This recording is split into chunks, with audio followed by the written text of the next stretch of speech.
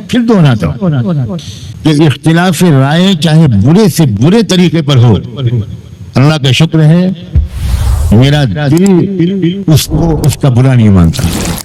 इमाम गज़ाली रहमतुल्लाह अलैह ने इखलास की तारीफ की है, यस्तवी इंदकल मद्ह वज़्ज़म, यह है इखलास। अल्हम्दुलिल्लाह वकफ़ा व सलामुन अला इबादिही अल्लज़ीना इस्तफ़ा, अम्मा बअद, अऊज़ु बिल्लाहि मिनश शैतानिर रजीम, बिस्मिल्लाहिर रहमानिर रहीम।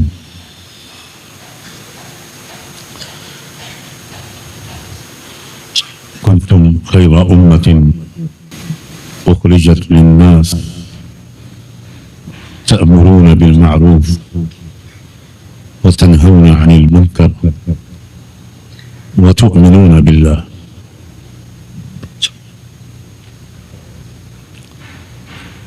सुब्हान रब्बिक रब्बिल इज़्ज़ति अम्मा यसिफून व सलामुन अलल मुरसलीन वल्हम्दुलिल्लाहि रब्बिल आलमीन।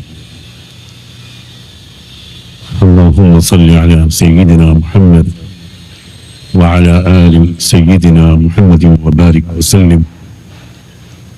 अल्लाहुम्मा सल्लि अला सय्यिदिना मुहम्मद व अला आलि सय्यिदिना मुहम्मद व बारिक व सल्लिम।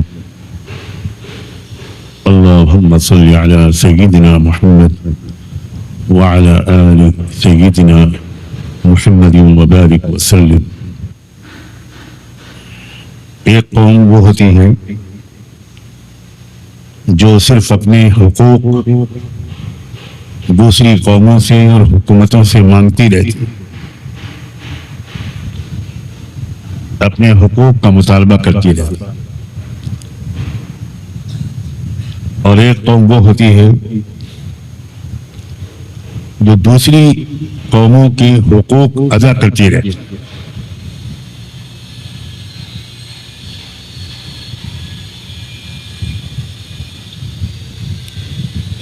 हुकूक मांगने वाली कौम, उसका सर हमेशा झुका रहता है, उसकी हिम्मत हमेशा पस्त रहती है। मांगने वाला हाथ देने वाले हाथ से कभी मुकाबला नहीं कर सकता।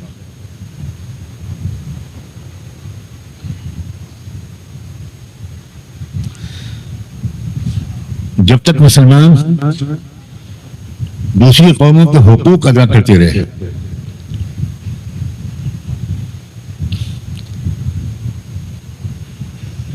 तब तक दिन रात हर घंटे मुसलमानों की इज्जत बढ़ती रही, उनका एहतराम बढ़ता रहा, उनकी बालादस्ती बढ़ती रही, उनकी ताकत बढ़ती रही, उनकी मकबूलियत और महबूबियत बढ़ती रही, और मुसलमानों में खुद एतमादी बढ़ती रही। ये बहुत अहम बात है। मांगने वाले की हिम्मत घटती रहती है, खुद एतमादी कम होती रहती है,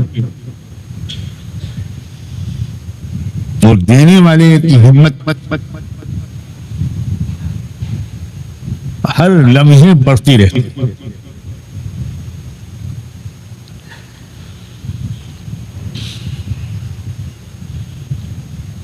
एक घर में दो भाई हों, एक कमाता हो और एक बैठ कर खाता हो, एक खिलाता हो और एक खाता हो, एक दूसरों की जरूरियात पूरी करता हो और एक भाई अपनी जरूरियात के लिए दूसरे भाई पर डिपेंडेंट हो। आप बताओ किस भाई की बात घर में चलेगी, किस भाई को इज्जत मिलेगी, और कौन सा भाई मोहताजी और एहसास कमतरी में हर वक्त मुब्तला रहेगा, धीरे धीरे चिड़चिड़ेपन में मुब्तला हो जाएगा, ज़हनी बीमारियों में मुब्तला हो जाएगा। इतना बेहतरीन हकीमाना सिस्टम उम्मत मोहम्मदिया को अल्लाह और उनके रसूल की तरबियत के जरिए हासिल हुआ। इस सख्त मजलूमियत के दौर में भी, लाचारगी के दौर में भी, बेकसी और बेबसी के मक्की दौर में भी एक दिन भी अपने हुकूक मांगने वाली उम्मत अल्लाह के रसूल ने अपनी उम्मत को नहीं बनने दिया। कितनी काबिल गौर बात है, कितनी काबिल गौर बात है। क्यों नहीं बनने दिया? इसलिए कि आप जानते थे ये तकलीफें बर्दाश्त करना बेहतर है इसकी बनिस्बत कि हम भीख का प्याला लेकर इन लोगों के सामने जाने का आदी अपनी उम्मत को बना दिया। ये तकलीफ आरज़ी है, लेकिन वो जो नफ्सियाती तौर पर एहसास कमतरी हुकूक मांगने के नतीजे में इनके अंदर पैदा होगा, वो सदियों तक इनको गुलाम बनाए रखेगा, सदियों तक इनको गुलामी की नफ्सियात में जकड़े रखेगा। क्या तरबियत थी रसूलुल्लाह, कितनी दूर तक देखते थे आप।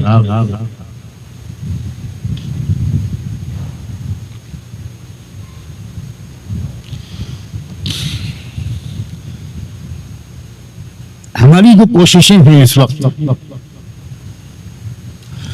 लोग उनको बहुत अच्छी नजर से देख रहे हैं। मैं उन कोशिशों के पीछे असल हदफ, मकसद और निशाने को आज वाज़ेह करने की कोशिश करूंगा इंशाअल्लाह।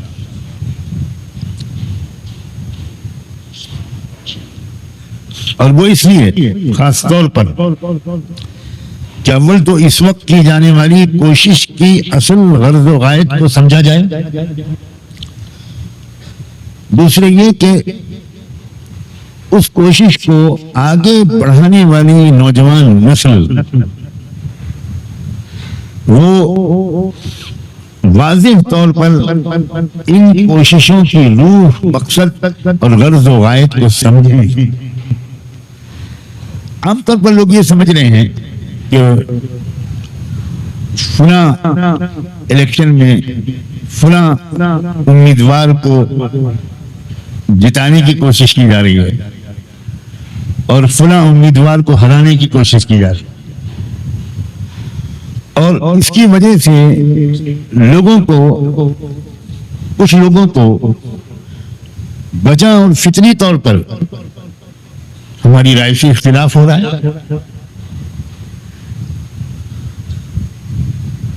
क्योंकि ये तो एक राय का मामला है।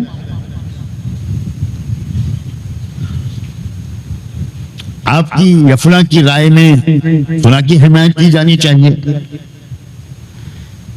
और हमने, हमारे साथियों ने गौर व खौफ के बाद किसी और के बारे में राय कायम की।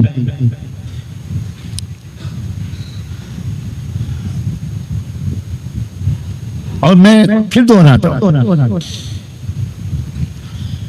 कि इख्तिलाफ राय चाहे बुरे से बुरे तरीके पर हो, अल्लाह का शुक्र है मेरा दिल उसको, उसका बुरा नहीं मानता, बिल्कुल बुरा नहीं मानता।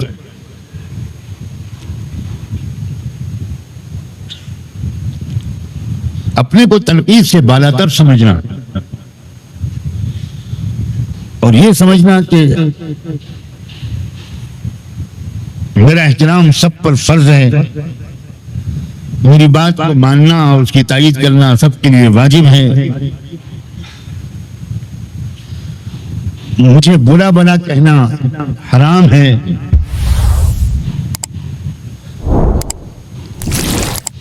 ये बिल्कुल गलत रवैया है। और अल्लाह से मैं शुक्र की तौफीक मांगता हूँ कि गालिबन मैं दावा नहीं करता, शायद बार बार अपने दिल को झांक कर देखता रहता हूँ। पिछले 2-3 दिन से तो जितना झांका है, अल्लाह मेरी इस्लाह करने वालों को बेहतरीन जज़ा है। इमाम गज़ाली रहमतुल्लाह अलैह ने इखलास की तारीफ की है, यस्तवी इंदकल मद्ह वज़्ज़म, यह है इखलास कि तारीफ और तनकीद, तारीफ और मजम्मत दोनों का असर आपके ऊपर यकसा हो, तब है इखलास। तारीफ से हम खुश होते हैं, तनकीद से नाराज होते हैं, इसका मतलब इखलास नहीं है। नबियों से बढ़कर सच्चा कोई दुनिया में हुआ है? और नबियों पर कितनी तनकीदें हुई, जिस्मानी अजियतें पहुंचाई गई, मुखालिफत हुई, क्या क्या हुआ, क्या नबियों ने कभी बुरा माना? जो कोशिश की जा रही है उसका मकसद एक इलेक्शन नहीं है, उसका असल मकसद समझने की कोशिश करो और एक मुद्दत लगेगी उस मकसद को उसके हक के मुताबिक समझने में। मुझे भी कोई जल्दी नहीं है। मकसद है कि उम्मत मुस्लिमा फिर से उस नफ्सियाती पोजीशन पर पहुंचे कि वो हुकूक मांगने के बजाय हुकूक अदा करने वाली बन जाए। ये बहुत बड़ा मकसद है। सियासी रहनुमा, नेतागण इस मकसद को, इसके मीम को भी नहीं समझ सकते।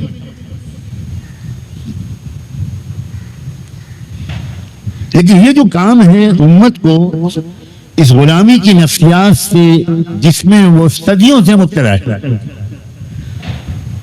उसको निकालने का काम ये 1-2 इलेक्शन में नहीं, 1-2 साल में नहीं, शायद 1-2 सदी में न पूरा होने पाए।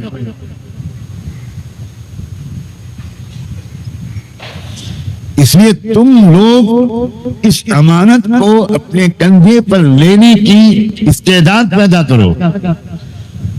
जो काम छोड़कर मैं अल्लाह के पास जाऊं खुदा करे कि मग़फ़िरत के साथ, उसके बाद इस काम को आगे बढ़ाने वाले तुम बनो इंशाअल्लाह।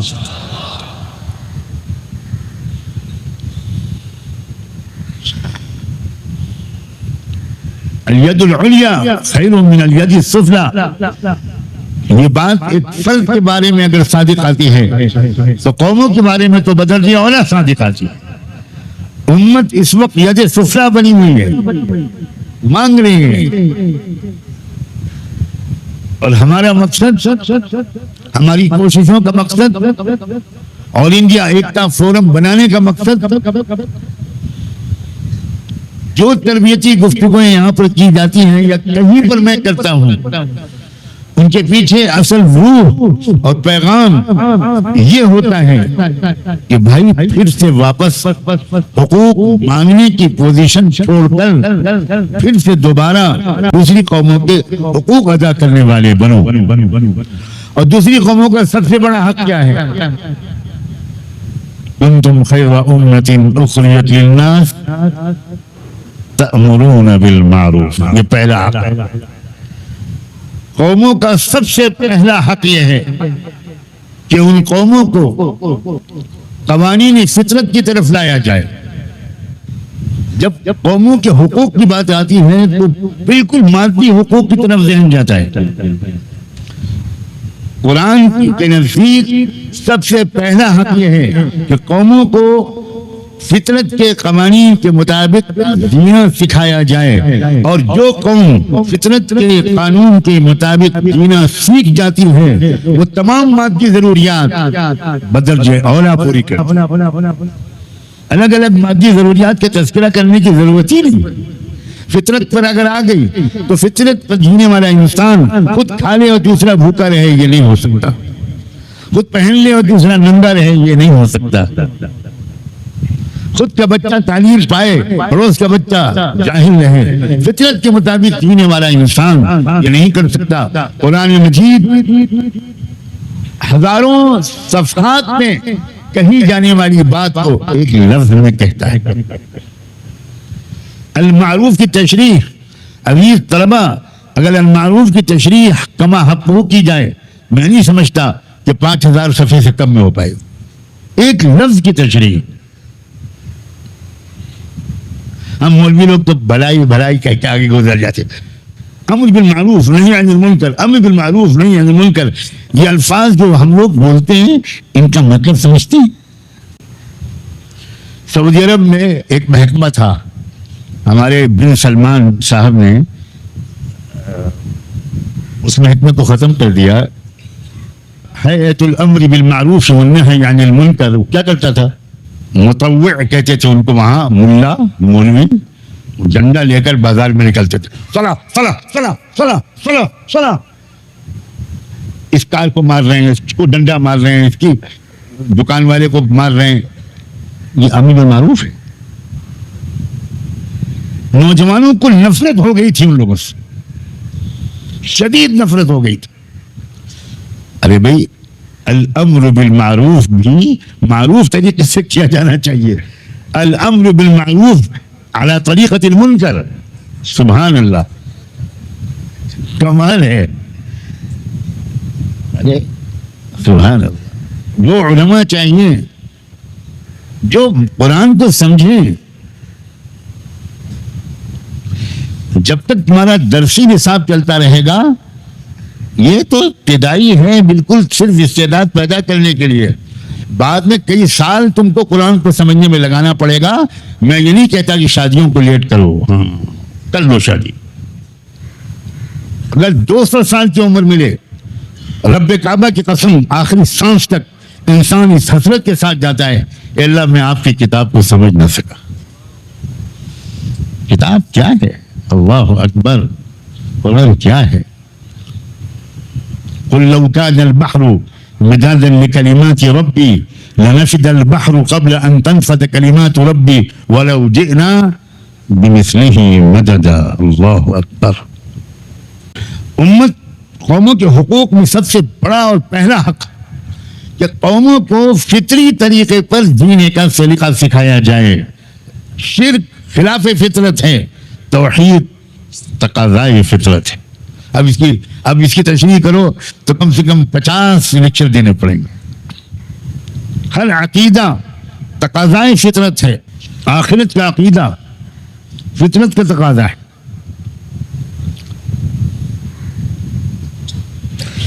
क्या ये बात काबिल फ़हम है कि दुनिया में इंसानों को पैदा कर दिया पैदा करने वाले ने, जिसने भी पैदा किया। उसके बाद कुछ लोगों ने बहुत नेकियां की, खूब भूखों को खाने खिलाए, यतीमों की परवरिश की, इंसाफ किया। और कुछ लोगों ने बहुत बुराइयां की, कत्ल किया, इज्जतें लूटी, बदअमनी फैलाई। और ये सब मर मरा के खत्म हो जाए, ना अच्छों को अच्छाई का इनाम मिले, ना बुरों को बुराई की सजा मिले। क्या फितरत इसकी इजाजत देती? अच्छा जवाब मिलेगा, दुनिया ही में सजा मिल जाए, आखिरत की क्या जरूरत है? फितरत इसका जवाब देती है इस सवाल का कि एक आदमी ने एक कत्ल किया और एक आदमी ने 100 कत्ल किए। कत्ल की ज्यादा से ज्यादा बड़ी सजा क्या है? सजाए मौत। तो एक आदमी को भी एक ही बार मारा जाएगा और 100 आदमियों के कातिल को, उसको भी एक ही बार मारा जाएगा।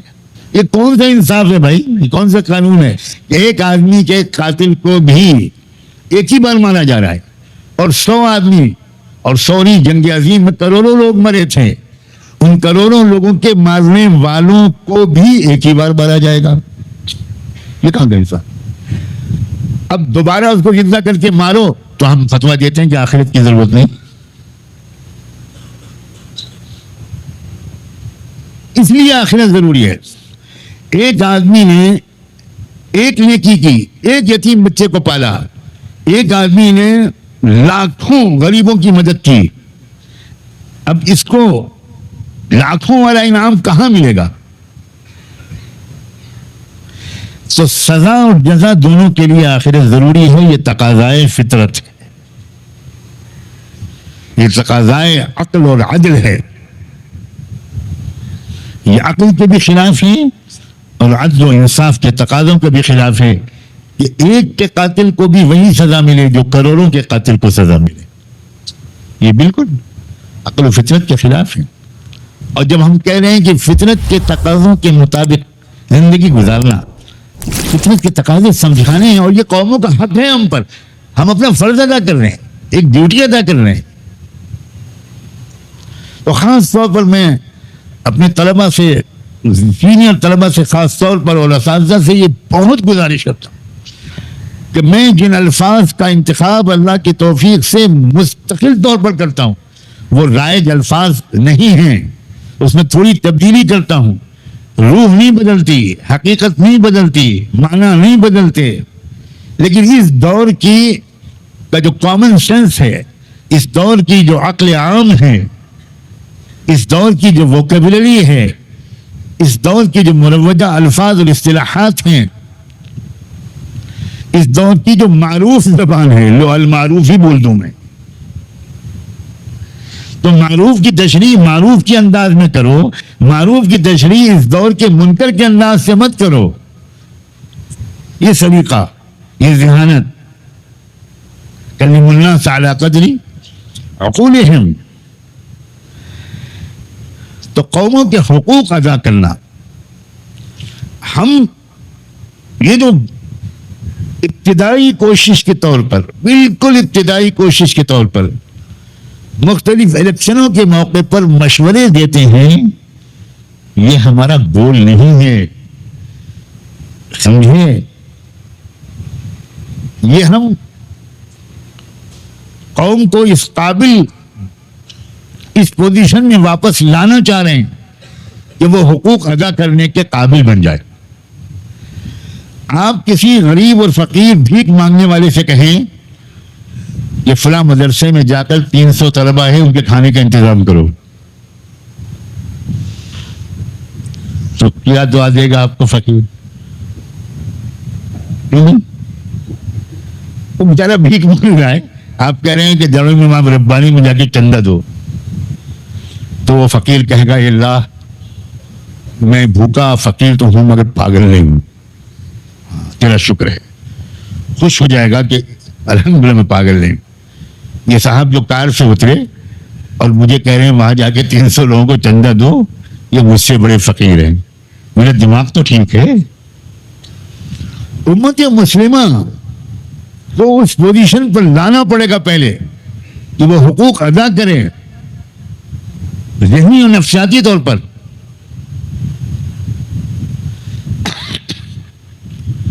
जरा सा आपने अपनी ये पोजीशन बनाई अल्लाह की तौफीक से और सिर्फ अल्लाह की तौफीक से कि आपके इशारे पर वोट इधर से उधर, उधर से इधर हो सकते हैं, तो बड़े बड़े लीडर भागे दौड़े चले आएंगे आपके पास, आजिज कर देंगे, ना सोने देंगे ना खाने देंगे, और माशाअल्लाह ऐसे मोहब्बत से बातें करेंगे कि ये लगेगा कि भाई हमारे मुल्क में तो सब फरिश्तों की औलादें रहती हैं।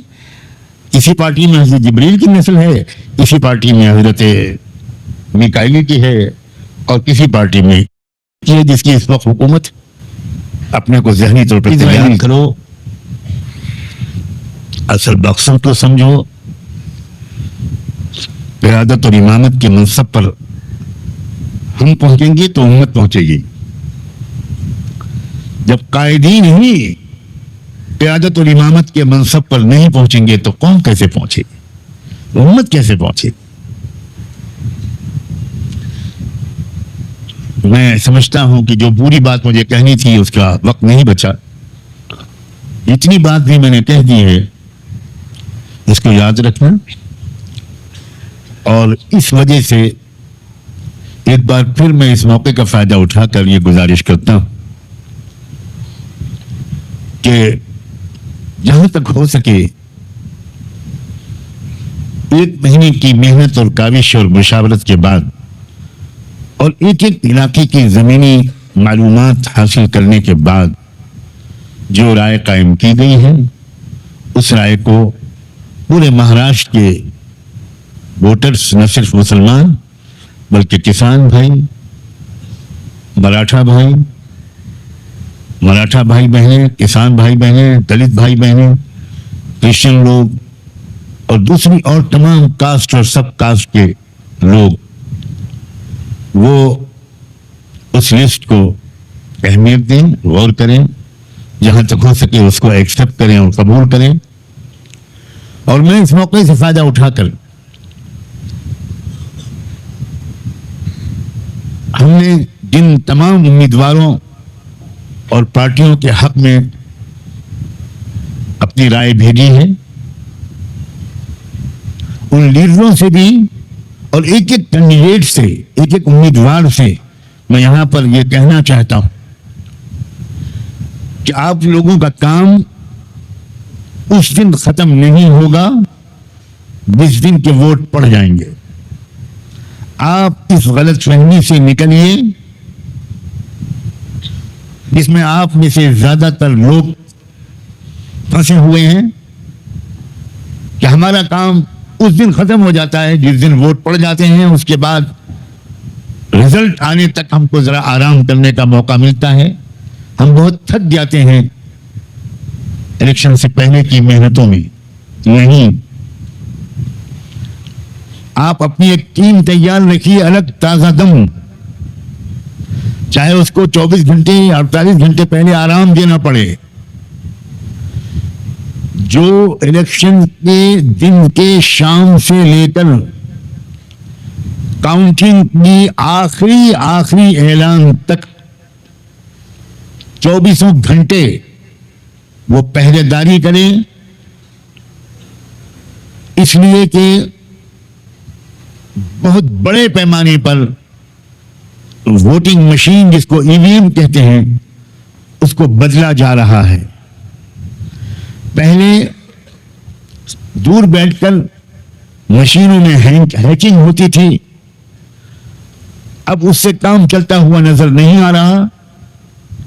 उसका काउंटर ढूंढ लिया गया, तो अब मशीनों को बदला जा रहा है।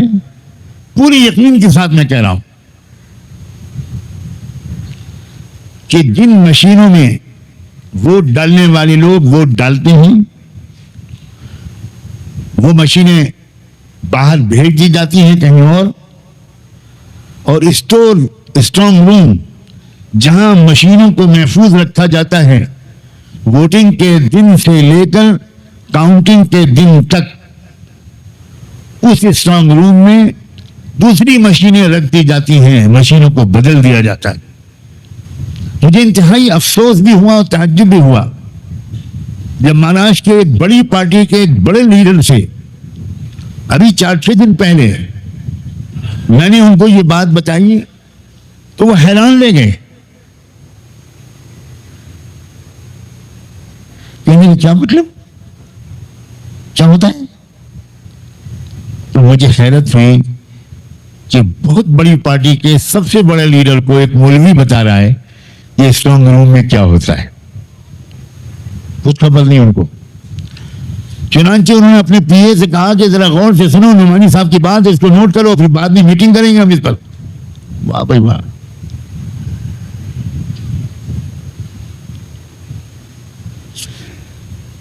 तमाम उम्मीदवार और तमाम पार्टियों के सरबराह मेरी इस बात पर तवज्जो देंगे तो उन्हीं को फायदा होगा, ध्यान नहीं देंगे तो उन्हीं को नुकसान पहले होगा। हमारे पैसे इलेक्शन की मुहिम पे खर्च नहीं हुए हैं, उनके पैसे खर्च हुए। 8-8 घंटे की ड्यूटी लगाकर, अब मैं ये भी बता दूं हिंदी की चिंदी करके, 8-8 घंटे की ड्यूटी लगाकर अपने वर्कर्स को स्ट्रांग रूम के चारों तरफ आने वाली सड़कों पर 24 घंटे पहरेदारी पर लगा देना पड़ेगा। कोई गाड़ी जो स्ट्रांग रूम के अंदर जा रही हो, वो उम्मीदवार या उनके तस्लीम शुदा वर्कर की चेकिंग के बगैर इस स्ट्रांग रूम में न घुसने पाए। ये बिल्कुल किया जा सकता है और कई जगह पर यूपी में मैं इसको करवा चुका हूं। मेरा मिजाज लड़कपन से आशिकाना था।